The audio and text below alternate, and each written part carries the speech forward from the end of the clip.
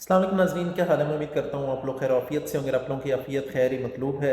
नाज़रीन, आज जिस मौजू पे हम बात करेंगे वो ये है कि किस तरीके से हम अपने जिगर को महफूज रख सकते हैं या जिगर को सेहतमंद रख सकते हैं।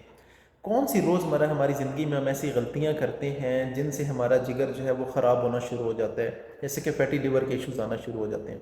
तो नाज़रीन, पहले मैं आपको दो चीज़ें बताता हूँ जो हमने करनी है, फिर बाद में दो चीज़ें बताऊँगा जो हमें बिल्कुल नहीं करनी।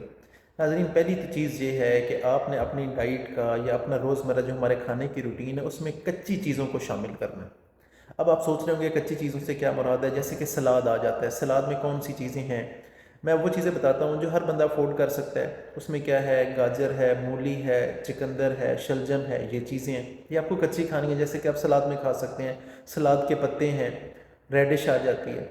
फिर कुछ चीज़ें आ जाती हैं जो फ्रूट्स हैं, वो अब आपकी जेब पे डिपेंड करता है कि आप अफोर्ड कर सकते हैं। यानी कोई भी फ्रूट है जो सीज़न का है, अमरूद है, सेब है, केला है। फिर ड्राई फ्रूट्स आ जाते हैं, अखरोट है, बादाम है, पिस्ता है।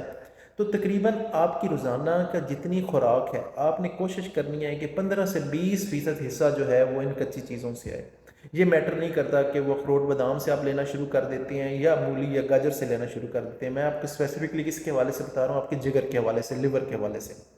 दूसरे नंबर पे जो चीज़ आ जाती है वो अपने अपनी खुराक में जो शामिल करना है। अगर आप खा सकते हैं, जौ है, बाजरा है। जो पुराने लोग थे तो वो इजी से इसकी रोटी खा जाते थे साग के साथ। लेकिन नहीं तो फिर आपको क्या करना चाहिए कि सेकंड ऑप्शन आ जाता है, वो आ जाता है गंदम का। गंदम से मैं कभी भी ये नहीं कह रहा कि आपने किसी फ्लोर मिल के आटे की बात कर रहा हूँ। जो हमारे गांव में गंदम होती है या गंदम परचेज़ करते हैं, चाइना चक्की से वो पिसवा लें और उसे छाने बगैर इस्तेमाल करें। क्यों आपको कह रहा हूँ, मैदा वगैरह बिल्कुल इस्तेमाल नहीं करना। जौ हो, बाजरा हो, इनका ग्लाइसीमिक इंडेक्स बहुत कम होता है। इसी तरह जो होल व्हीट फ्लोर है, यानी कि हमारा जो चक्की का पिसा हुआ आटा है, इसका भी तकरीबन 45 से 50 होता है, लेकिन मैदे का कितना होता है, 80 से भी ऊपर होता है। यानी कि आप समझ लें तकरीबन डबल के करीब, एग्जैक्ट डबल तो नहीं लेकिन डबल के करीब वो आपकी शुगर लेवल हाई करती है। तो उससे क्या होगा कि आप डायबिटिक होने की तरफ जाएंगे, आप शुगर की तरफ जाएंगे। अच्छा, अब आपको दो चीज़ें बताता हूँ जो आपने बिल्कुल नहीं करनी। अच्छा, वो कौन सी हैं जो हमें नहीं करनी। उसमें आ जाता है कि आपने तली हुई चीज़ों कभी कभार खा लें, लेकिन आपने तली हुई चीज़ों से परहेज़ करना है। वो क्यों, हमारे यहाँ जो कुकिंग ऑयल यूज़ हो रहे होते हैं कौन से हैं जी, कनोला है, सनफ्लावर है, ये मिक्स कोई आ रहा है, अंदर पाम ऑयल ऐड होता है। इसके अंदर क्या होता है, इसमें ज़्यादातर जो होते हैं वो अनसेचुरेटेड फैट्स होते हैं, और पॉली अनसेचुरेटेड होते हैं और मोनो अनसेचुरेटेड फैट्स होते हैं।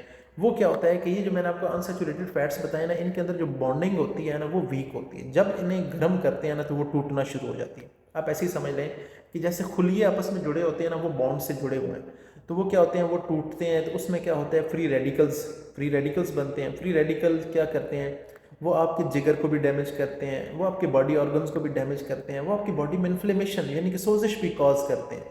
तो सोजिश से क्या होता है कि ये सारी चीज़ें फिर क्या होती है, आपकी आपकी जो चेहरा है उस पर एजिंग शो करना शुरू करती हैं, आपके लिवर को बहुत ज़्यादा डैमेज करती हैं। अच्छा ना, आप लोग गलती से ना ऐसे समझते हैं कि सिर्फ और सिर्फ हमारे गुर्दों का काम है चीज़ों को फिल्टर करना। नहीं, जो हमारा जिगर है वो भी एक तरह का, वो भी फिल्टर का काम कर रहा होता है। जो बड़े हैवी ऑब्जेक्ट्स होते हैं वो उन्हें निकाल रहा होता है। तो उससे क्या होगा कि उस पर भी, जिगर पे भी इन्फ्लेमेशन आना शुरू हो जाती है, और आपका जो जिगर है वो फैटी लीवर और इस तरह मसाइल की तरफ आना शुरू हो जाएगा। अब आ जाते हैं आखिरी चीज़ जो आपने इस्तेमाल नहीं करनी। वो क्या है कि आपने चीनी को भी इस्तेमाल नहीं करना, और जो आर्टिफिशियल स्वीटनर्स आते हैं उन्हें भी इस्तेमाल नहीं करना। अब आप सोच रहे होंगे कि चीनी तो चले, आपने पहले सुना हुआ था इस्तेमाल नहीं करनी, तो ये आर्टिफिशियल स्वीटनर्स कौन से हैं। मार्केट में देखें, कैंड्राल के नाम से आ रहे होंगे, स्प्लेंडा के नाम से आ रहे होंगे, मुख्तलिफ नामों से आ रहे होते हैं। ठीक है, उसमें होता क्या है, या जो आप डाइट लेते हैं, जो आपके कार्बोनेटेड बेवरेजेस हैं, पेप्सी है, कोक है, इनकी जो आ रही होती हैं उसमें क्या है, एसिसल्फेम के है, एस्पर्टेम है, सक्रीन है, स्क्रोलालोज है, मुख्तलिफ आ रहे होते हैं। अच्छा, अब आप कह रहे होंगे, आपके माइंड में एक बात आ रही होगी, ये तो यार FDA से अप्रूव है। अब मैं आपको एक बात बताना चाहता हूँ, वो बड़ी इंपॉर्टेंट है।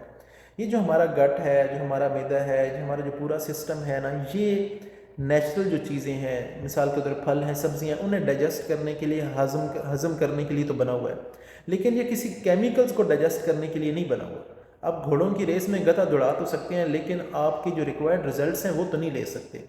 तो ये उन केमिकल्स के लिए नहीं है। तो ये क्या करते हैं, ठीक है आप अप्रूव लिमिट में ज़रूर यूज़ कर रहे हैं, लेकिन आप हिस्ट्री को देखेंगे तो रोज़ बरोज़ कैंसर्स के केसेस बढ़ रहे हैं।